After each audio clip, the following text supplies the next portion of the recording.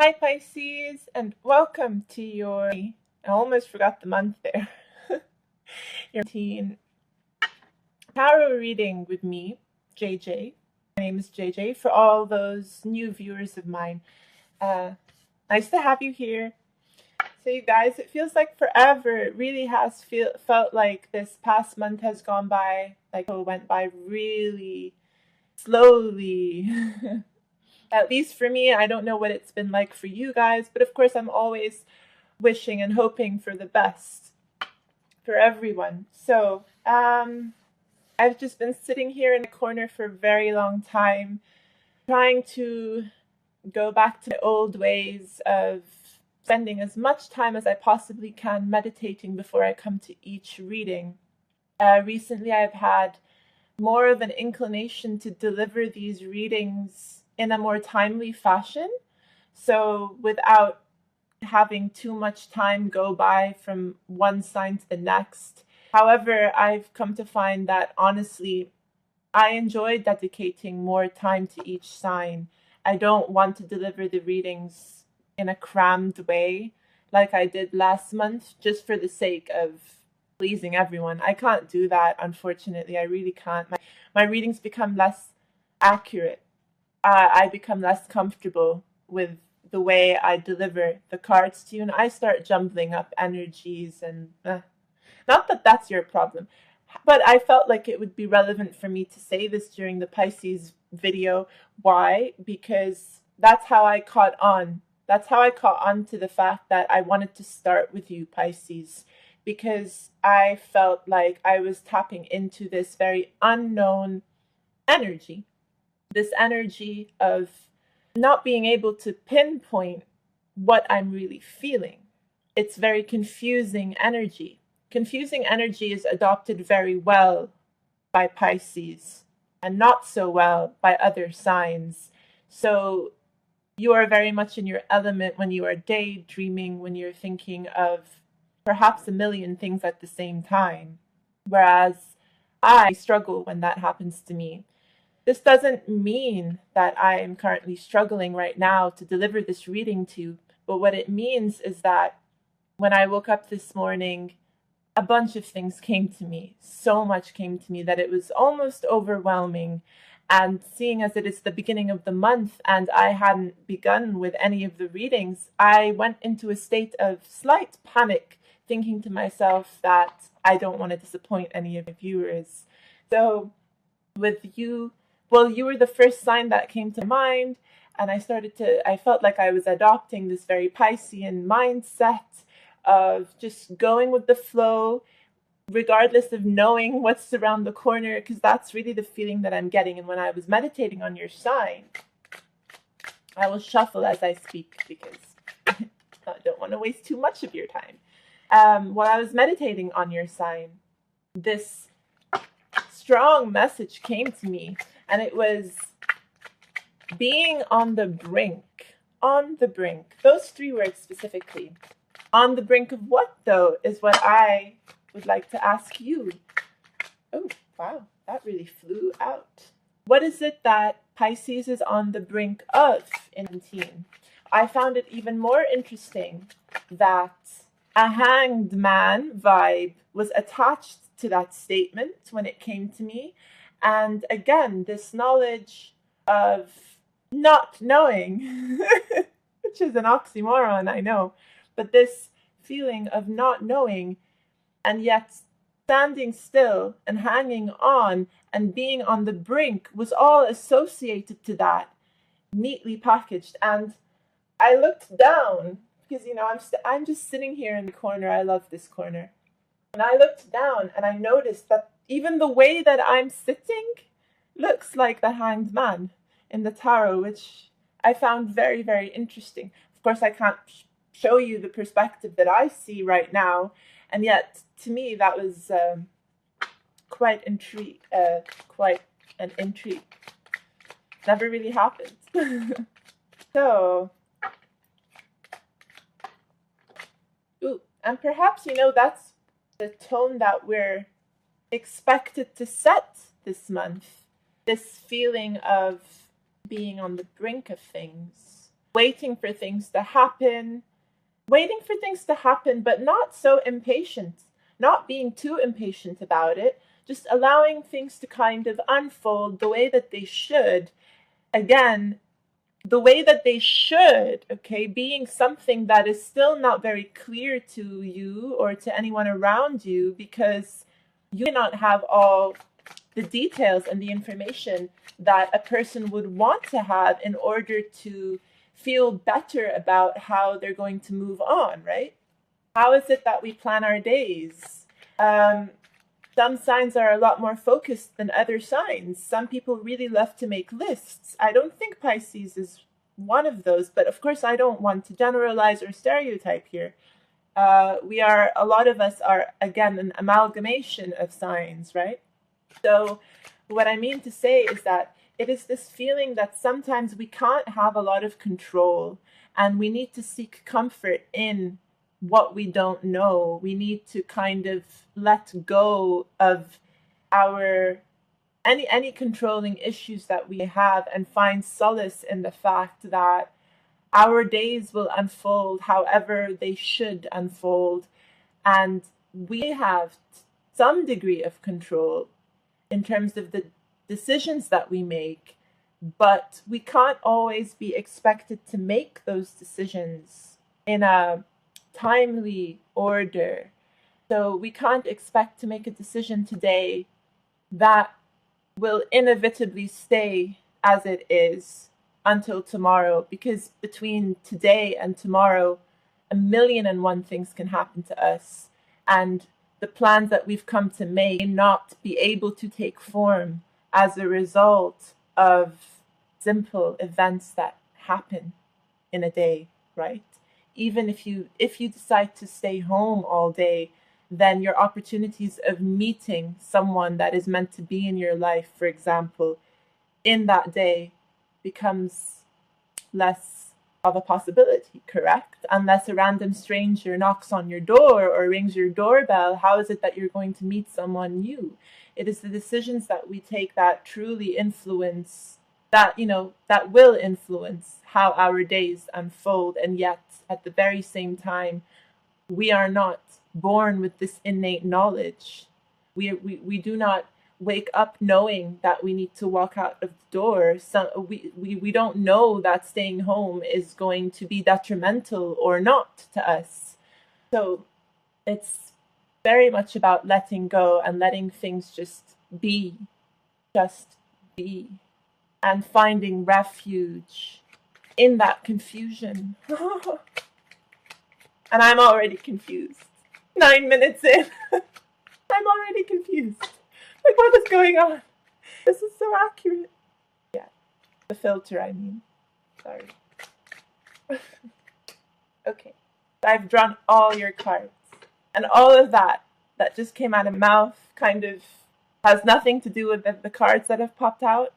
I mean, it might have a lot to do with the cards that have popped out, but I wasn't really paying attention of the cards while they were jumping out, is what I mean to say.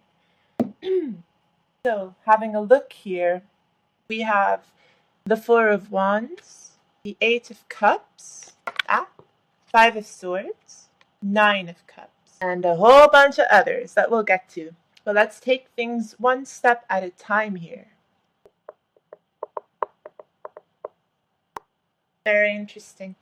So it always brings me some sadness to see particularly this combination of cards come together in a reading, because it tells me that you've had to forsake a situation that was of high emotional value to you, something that, something as big and important as a marriage, a house, and a partnership, or even the departation from a house share of sorts. So we may not even be talking about, wow, I keep dropping the cards today.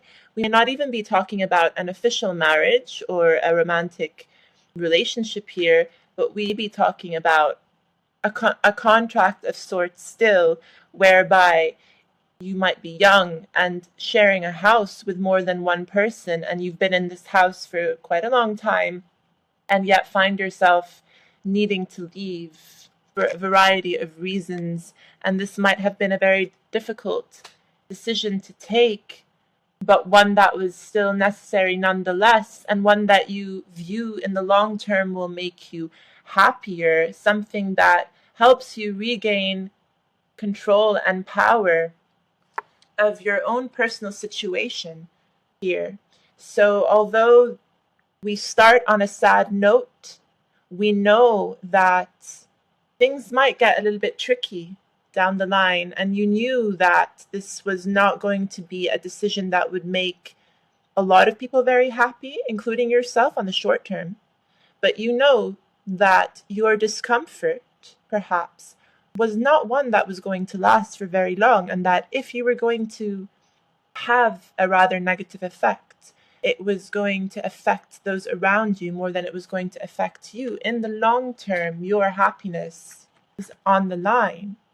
And ultimately, your goal was to really regain the upper hand in your situation, regain full control of your situation.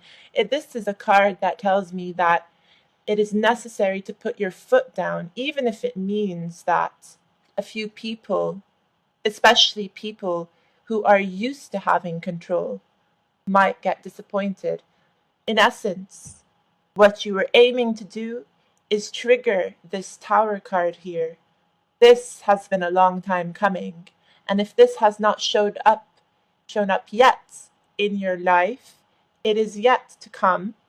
You will know when the Tower begins to take effect, because it will be sudden, it will be quick, very spontaneous, and not expected in a sense. So it's interesting that I say that, because this feeling of being on the brink means that you expect something to happen, correct?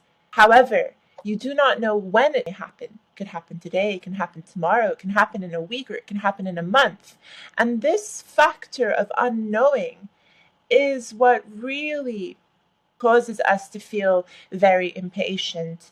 It's one that it can be, we can decide whether or not it's going to cause us discomfort because we continue to wait, and procrastinate. And we do not know how to organize our days because we keep ruminating on the same thoughts over and over again, like this feeling of something about to happen, and yet we do not know when it's going to happen. And we can choose this, we can allow it to cause us discomfort, or we can decide to let go, move on with our days, and embrace that change, this very spontaneous, unexpected change when it hits our home with this Tower card. And when it comes very quickly. It sweeps everyone off their feet. And usually after the Tower card, you are expected to start from scratch again, yet with a new and fresh perspective. You are expected to gather the pieces that remain from this very abrupt energy that usually destroys quite a few relationships, perhaps, destroys a few fundamental stepping stones, that we thought were ideal for our situation. It takes all of that away. It sweeps us literally off the ground, forcing us to create new ground for ourselves.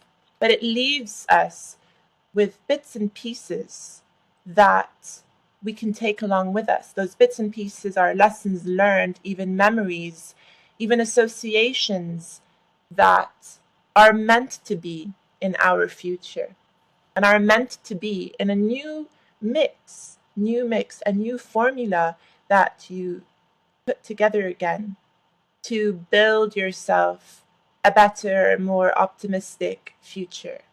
This is yet to come. Okay.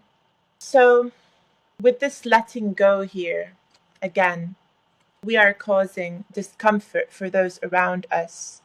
A feeling of resentment be triggered, whereby you find that you feel as though you have taken from other people's happiness in order to satisfy your own needs. And these people are the ones that feel like they now have resent for you.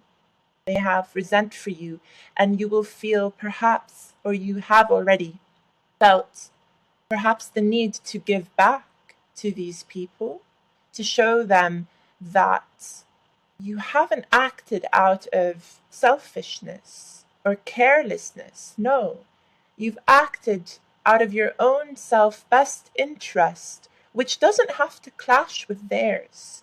However, unfortunately, sometimes the people that we love around us, because they love us, their ego sometimes tries to get the best out of them. And it does this by kind of interrupting this ability to unconditionally love. It's kind of like a defense mechanism. When you try to walk away from people and situations, others can sometimes take it personally. And that's what I mean here by ego getting in the way.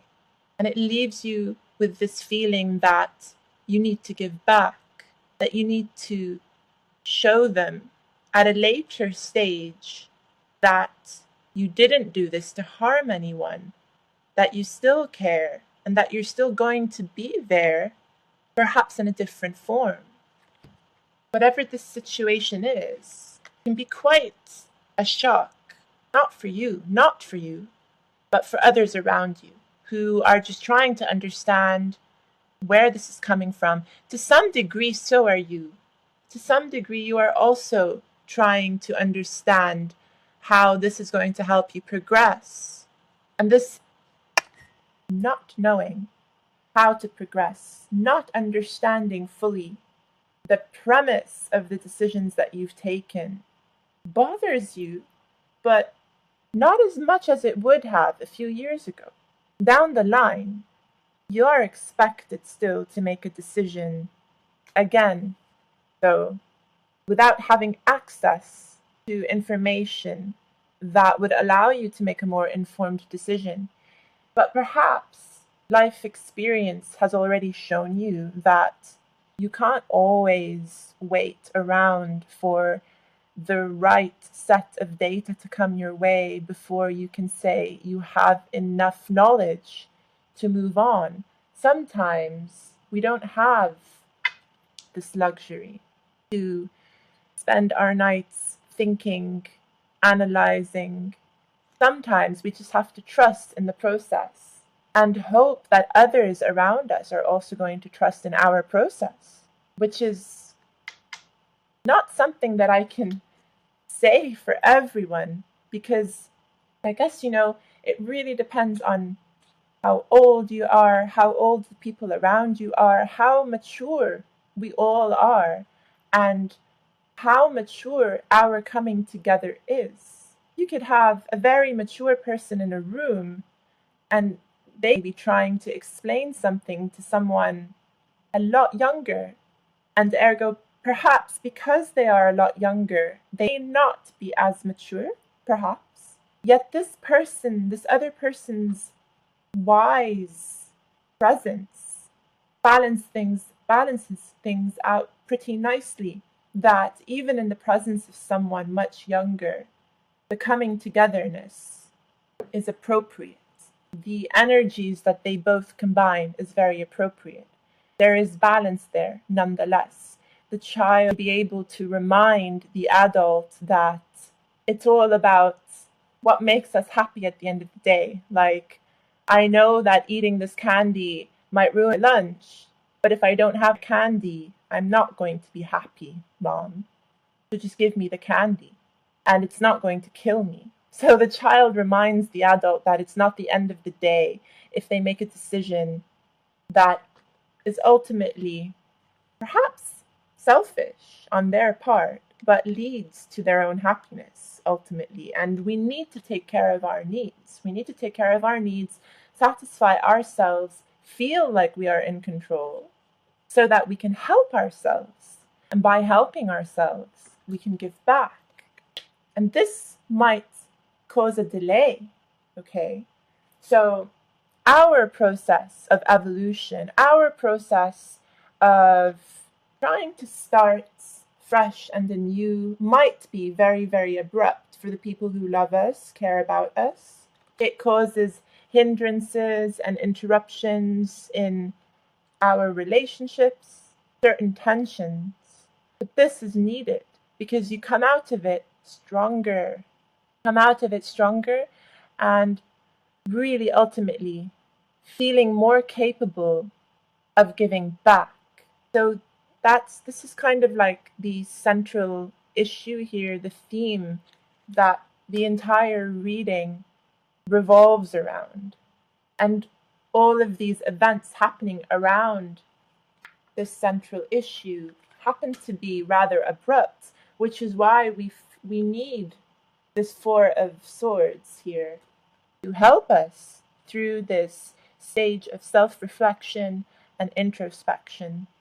The things might seem, rather hazy and foggy and confusing, very ambiguous, and it's kind of like I'm speaking in gibberish right now, because even I feel this way, right? But despite the confusion and the very odd energies, erratic energies that are surrounding the central point here, our ability, our capability to help and give to those around us becomes a bit clearer at the very end of the month, perhaps. This is the last card that's come out of your reading here, the Two of Swords, which tells me that at the end of the month, you might still be foggy, you might still be hazy about a few things, right?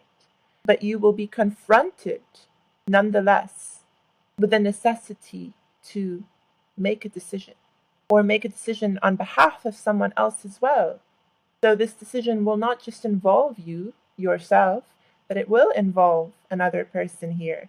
And if they are unable to make a decision, you will make a decision for them, on behalf of them, on behalf of the both of you here. If we are talking about a relationship, neither of you will really truly have the answers. You have, through this reflection here, come up with a pros and cons list of what you will gain and what you lose. And you may come to find that this list is very equal. So there are as many advantages as there are disadvantages, so you might easily choose one route over the other. But at the end of the day, if you don't choose, a decision will be made for you, or you will be stuck in limbo. At this point in time, there is no hurry, though. That is the essence of the Hanged Man, that says it's okay for you to take a pause, to take a break, and reflect on those selfish needs and desires for the time being. It's okay if people, in the meanwhile, may have to wait for you to have a clearer head, clearer mind of the direction that you want to take and you want to head in. They not understand how big this is for you. To them, they're thinking that you might be sacrificing a lot of valuable time for the sake of nothing. But for you, this is a process that needs to happen. To you, people don't see how huge and impending this foreign event is, because perhaps it is a small fragment in the abyss of the unknown, of your own life path, your own destiny that will come together eventually. Not this month, perhaps not even this year. I'm talking over the span of your life. This is just a small piece, small puzzle piece in the massive puzzle piece that is your life, that you're slowly putting together. And as you construct this puzzle piece, it does not make sense on its own. It doesn't make sense. But there is an inner knowing which you don't need to justify to anyone. You really don't. As long as it is an inner knowing that satisfies you, when the time comes, you will take that leap. You will break from this very gated way of thinking. You will break free from it. So have a look at these two cards here. Okay. She is blindfolded. to some extent, right? She could still peer down and she can still see her feet from her perspective. But she's been bound, she's been tied up here. Her feet are free though, she's free to walk. In this state of panic though, she might not realize it. This requires tapping into our other senses while we feel blinded, we feel restricted. We still have our sense of touch on the ground with our feet. We still have our hearing. We still have our smell. And you can still make a decision to walk forward, knowing that you might not have your hands, but you do have your feet. You do have the ability to move forward. You might not see your path very clearly, but you see enough for you to take the necessary steps forward nonetheless, so that you don't plunge into the waters and you can follow the... Is scaffolding the right word here? Probably not. But you can decide to follow the path that's laid out here with the rocks. In this photo, this person is not bound at all. Their hands are free. Their legs are free. They are by the ocean. The only thing that's getting in their way is the blindfold. But again, just want to make sure here, if you look very closely at this picture, if you own a deck like this, have a look. This person still, to some degree, can see what's going on if they look down. As an experiment, okay, put a blindfold around you and make your way around the room. You will not see as clearly as you want to see, but if you look down, if you peer down, there are still parts of your path that you are able to make out. So, I don't know how informative this reading has been for you guys, but like I said, small puzzle piece in the grand scheme of your lives. I feel like May is very pivotal for that to come together. It will be characterized by highs and lows, ups and downs, moments of clarity in the midst of a very foggy atmosphere. So yeah, okay, Pisces. I did not feel the need to clarify any of these cards, simply because I don't know how much clarifications with other tarot cards is going to help in this case. You have your intuition though. Use it to make whatever decisions you need to make this month. Otherwise, I wish you all the best. I will see you next month. And I will bring you updates in another video very soon, I hope. So take care until then. I love you guys. Thank you so much for being here. Thank you for watching.